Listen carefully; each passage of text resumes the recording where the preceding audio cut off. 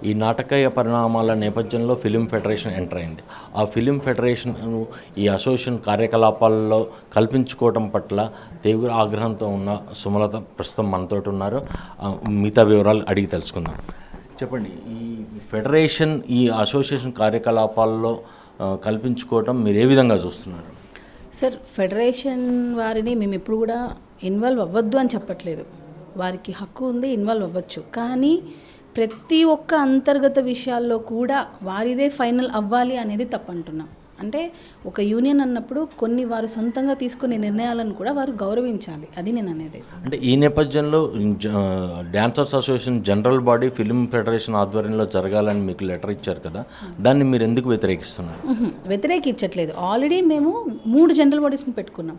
3 general బాడీస్లో కూడా majority సభ్యులు ఏ నిర్ణయం తీసుకున్నారో అదే ఉన్నింది తప్ప 3వ జనరల్ బాడీకి ఫెడరేషన్ నుంచి అటు కార్మిక శాఖ అధికారులు ఇద్దరు వచ్చారు. సో మరి ఆ జనరల్ బాడీస్ అన్నీ మనం కాదు చెల్లుబాటు అవ్వవు అని అంటే మనం నెక్స్ట్ వచ్చే జనరేషన్కి మనం ఏం నేర్పిస్తున్నాం అంటున్నాం. ఈ వారం రోజుల నుంచి జరుగుతున్న పరిస్థితుల నేపథ్యంలో ఫిలిం ఫెడరేషన్ డాన్సర్స్ అసోసియేషన్ కార్యవర్గానికి పూర్తి స్థాయిలో సహాయ నిరాకరణ అని అంటున్నారు. దాన్ని మీరు ఏ విధంగా చూస్తారు?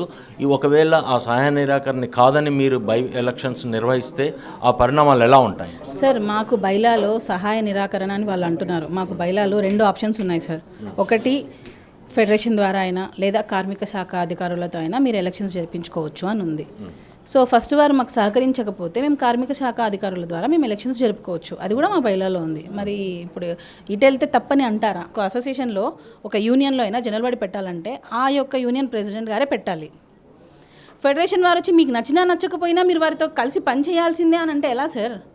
వాళ్ళు రాజీనామాలు చేసేసారు, అయినా మీరు వారితోనే పని చేయమని ఇప్పటికీ కూడా అదే అడుగుతున్నారు. ఆ రాజీనామాలు ఓన్లీ ఫెడరేషన్కి ఇచ్చారు, వాళ్ళు వెనక్కి తీసుకున్నట్టుగా లెటర్ కూడా ఇచ్చారని వాళ్ళు క్లియర్గా చెప్తూ ఉన్నారు. సార్, అవి మాకు ఇవ్వలేదు. మాకు వెనక్కి తీసుకున్నట్టు మాకు ఇప్పటి వరకు కూడా మాకు ఇవ్వలేదు.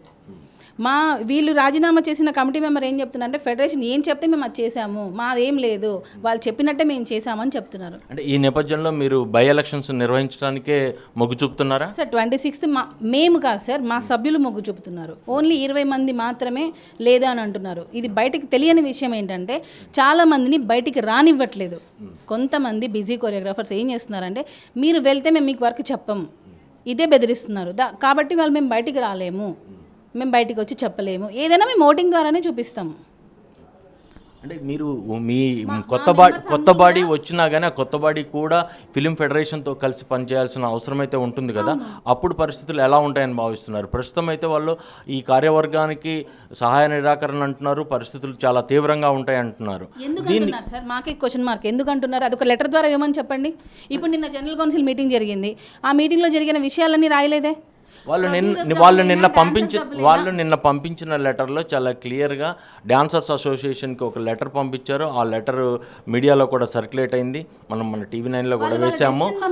వాళ్ళ డెసిషన్ పంపించారు. దాన్ని మీరు ఎలా చూస్తారంటే చర్చను పంపించలేదే. చర్చ ఏం జరిగింది? చర్చను కదా మినిట్స్ పంపించాలి కదా. ఇప్పుడు సార్ మీరు డెసిషన్ చెప్పారు, దానికి ముందు చర్చ కూడా చేయాలి కదా. చర్చ ఏం జరిగింది? వాళ్ళు నన్ను ఏం అడిగారు, నేను వాళ్ళకి ఏం చెప్పాను, అది కూడా చెప్పాలి కదా. ఏ విధంగా ఇచ్చారు లెటర్ అంటున్నా? 3 సోకాష్ నోటీస్ ఇవ్వాలి కదా. వాళ్ళు 3 సోకాష్ నోటీసులు ఇచ్చి మా దగ్గర వివరణ తీసుకోవాలి. వివరణ తీసుకోకుండా మీ అంతకు మీరు ఒక కార్యవర్గాన్ని ఎలా పక్కన పెట్టి, మేము మా కార్యవర్గాన్ని పక్కన పెట్టామనే కదా మీరు అంటున్నారు. ఒక విధానంలో చేయలేదు, మీరు మంచి పనే చేస్తున్నారు కానీ విధానం ప్రకారం చేయరు. మరి మీరు ఏ విధానం ప్రకారం చేస్తున్నారో అని అడుగుతున్నా. అంటే వాళ్ళు ఫెడరేషన్ ఆధ్వర్యంలో dancers association general body meeting నిర్వహించని క్రమంలోనే ఈ సహాయ నిరాకరణ అనేది చాలా క్లియర్గా లెటర్లో మెన్షన్ చేశారు. దాన్ని మీరు ఎలా చూస్తారో అంటున్నాను నేను. ఇప్పుడు వారు నేర్పించిన విధంగానే మా మెంబర్స్ కూడా ఇలా ఏదైనా నో అని చెప్పినప్పుడు మేము కూడా మా మెంబర్స్ని నాన్ కోఆపరేషన్ చేయొచ్చా? ఇప్పుడు మేము ఒకరిని నాన్ కోఆపరేషన్ చేస్తేనేమో తప్పంటారు, ఫెడరేషన్ వారు మమ్మల్ని మాత్రం నాన్ కోఆపరేషన్ చేసేస్తున్నారు. ఇది ఎంతవరకు అంటే పెద్దల్ని చూసాక మేము నేర్చుకుంటాం. సో వారు మాకు ఇదే నేర్పిస్తున్నారా అని అడుగుతున్నా. మేము కూడా ఇప్పుడు ఎవరైనా తప్పు చేసి వాళ్ళు నాన్ కోఆపరేషన్ చేసేస్తాం, ఓకేనా? మళ్ళీ వాళ్ళు ఏమంటారు, లేదు అది తప్పు, మీరు అంటే వాళ్ళు చెప్పిన రూల్స్ వాళ్ళు బ్రేక్ చేస్తున్నారు, అందుకే మేము వాళ్ళకి కొంచెం అగెనిస్ట్గా వెళ్ళాల్సి వస్తుంది. ఇది నా ఆన్సర్. ప్రస్తుత నేపథ్యంలో మీరు 24 క్రాఫ్ట్స్ తోటి సామరస్యపూర్వకంగా వెళ్ళే ధోరణి కనిపిస్తుందా, లేదంటే బై ఎలక్షన్స్ నిర్వహించుకొని మీ కార్యవర్గంతో మీరు మీ పనులు చేసుకోవడానికి సుముఖంగా ఉన్నారు? సభ్యులు ఏది నిర్ణయిస్తే అదే సార్. సభ్యులు అందరూ కూడా ఒక 20 మంది తప్ప మిగతా వారందరూ కూడా మాకు బై ఎలక్షన్స్ కావాలనే చెప్తున్నారు. సో సభ్యులు ఏ విధంగా నడుచుకోమంటే మేము ఆ విధంగా నడుచుకుంటాం. అంటే ఈ నేపథ్యంలో మీరు ఎలక్షన్లు నిర్వహించడానికే సుముఖంగా ఉన్నారు. సభ్యులు సుముఖంగా ఉన్నారు, నేను కాదు సార్.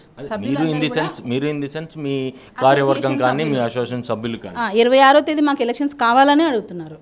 ఇక్కడే మా సభ్యులు కూడా ఉన్నారు, కావాలంటే వాళ్ళతో కూడా మీరు అడిగి సలహా అంటే వాళ్ళ అభిప్రాయాన్ని కూడా తీసుకోవచ్చు. ఇది ప్రస్తుతం సుమలత మనతోటి చెప్తున్న విషయాలు. ఎలాంటి పరిస్థితుల్లోనైనా బై ఎలక్షన్స్ నిర్వహించి తీరుతాము. ట్రేడ్ యూనియన్ తోటి 24 క్రాఫ్ట్స్ తోటి డి అంటే డి అనే విధంగానే సుమలత మాట్లాడుతూ ఉన్నారు. ఇది ప్రస్తుతం జరుగుతున్న పరిణామాలు.